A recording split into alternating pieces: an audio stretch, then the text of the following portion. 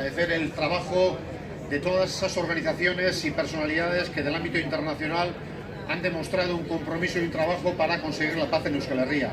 Agradecer también el trabajo que durante todos estos años diferentes asociaciones, agentes políticos, sociales, sindicales y personas han trabajado también para que lo de hoy sea una realidad.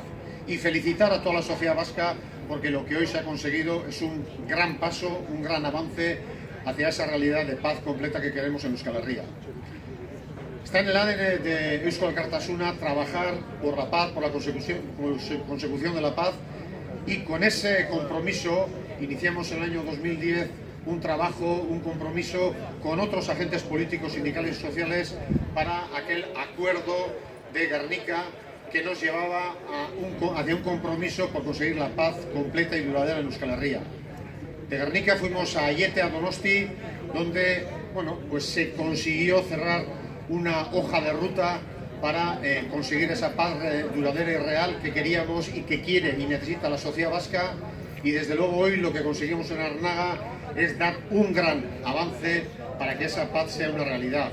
Un gran avance, digo, porque no toda la paz, no toda la convivencia está conseguida. Tenemos el compromiso para seguir trabajando porque desde luego la convivencia total y la paz completa en Euskal Herria es una necesidad que todo agente político hacemos nuestro, pero creemos que con el paso de hoy desde luego es más sencillo. El hacha, podemos decir el día de hoy que el hacha está enterrada, que el hacha está bajo tierra y por lo tanto nos toca afilar la paz. Ese es nuestro compromiso y en eso seguiremos trabajando.